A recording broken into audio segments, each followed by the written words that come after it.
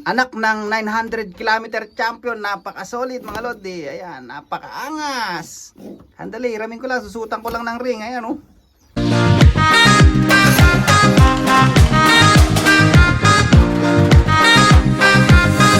So ayun mga kalapatids, nakita nyo na naman yung pagmumukha ko. Ayan, for today's video. Ayan. Ano nang oras na rito? Mag-alas 8 na ng gabi. Napakataas pa ng araw. Ayan oh. Ayan, kape-kape muna tayo. Yan, medyo kinakabahan tayo mga lodi. Todo observe tayo sa mga ibon natin dahil nga namatay si Kim Cam. Yan, kinakatakot ko baka mamaya may dalang sakit at nahawa talaga. May dalang nga sakit at sana wag mahawa yung ano natin.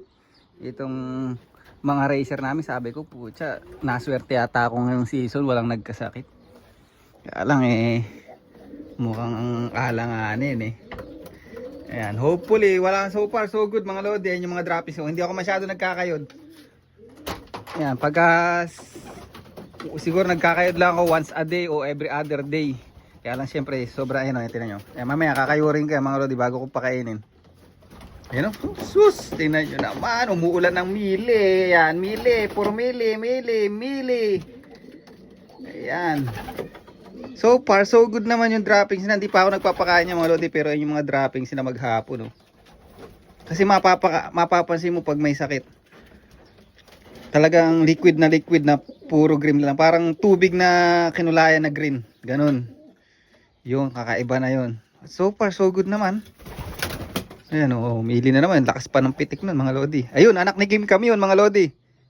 So may nagre-request kung meron daw Kim Cam 2.0, yun baka pangalanan natin Kim Cam yan kasi nag-iisang anak ni Kim Cam ngayon yan sa team natin mga lodi.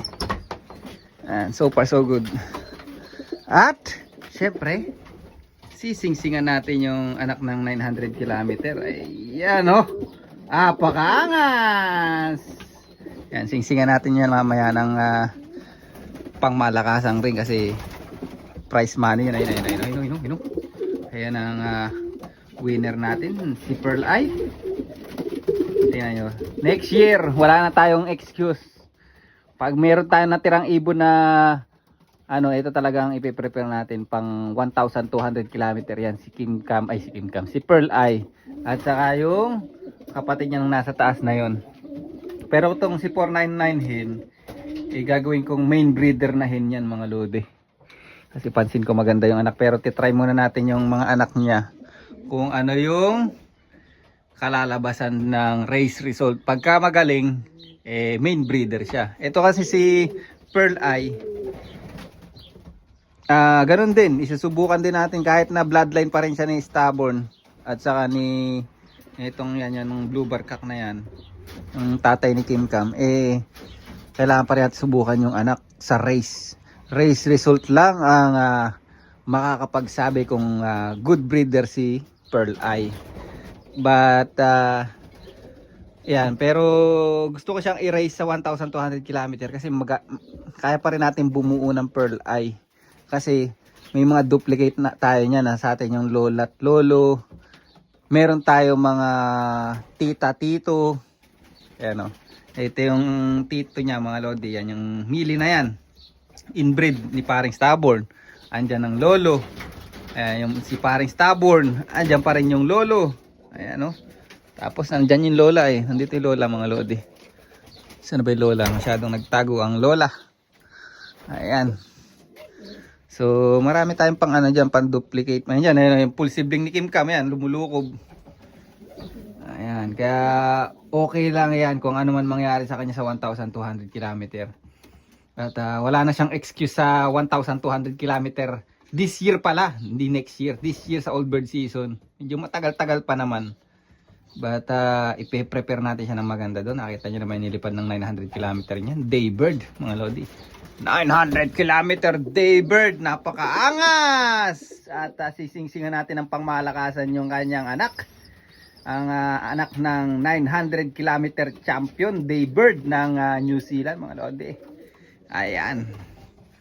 Yan napakaganda ng dami kong dropping sa laba. Pasensya na kayo. Magkayod-kayod muna tayo. Mamaya na.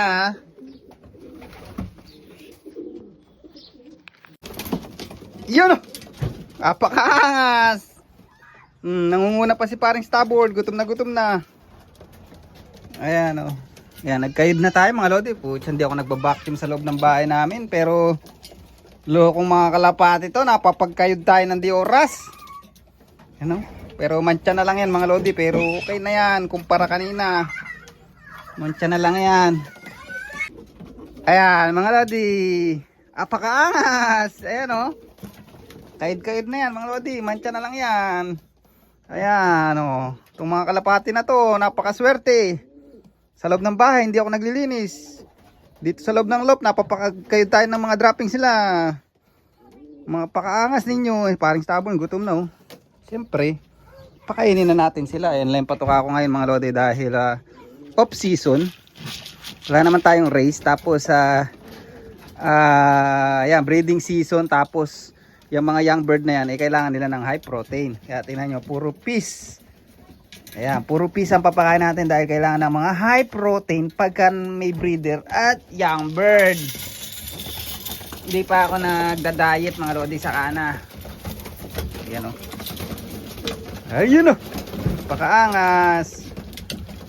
Ayaw pang pumunta ng mga mili. Yun ang anak ni paring Starboard no. Hindi pa marunong makipagsabayan kumain. Ayan, anak ng 900 km champion, napaka-solid mga lodi. Ayan, napakaangas. Handali, ramin ko lang, susutan ko lang ng ring. Ayan oh. Suotan lang natin na special ring. Ayan. Baka ito na yung hahakot ng ano. Ito na yung magpapasara ng club dito sa New Zealand mga lodi. Aray ko, aray ko. Andali, andali. Ayan oh. Ayan oh, mukhang kak na naman. Sana hen lang. Laki. Mukhang kak. Sus, puro kak. Ayan, nasuotan na natin ang ring mga lodi. Hindi ko na masyadong pinakita kasi para hindi ma-stress. Oh, doon na. Oh, aray ko. Ayan na. Sige na. Nasa iyo na. Ayusin lang natin. Masyadong naipit. Kasubuan niya yan eh. Kaya ng lolo, napakaangas mga lodi oh. Apakaangas! Ayan, sana healthy at malakas na ibon mga lodi at magaling sa race. Aray ko! May naglalaro ng mga bata. Ayan na ako!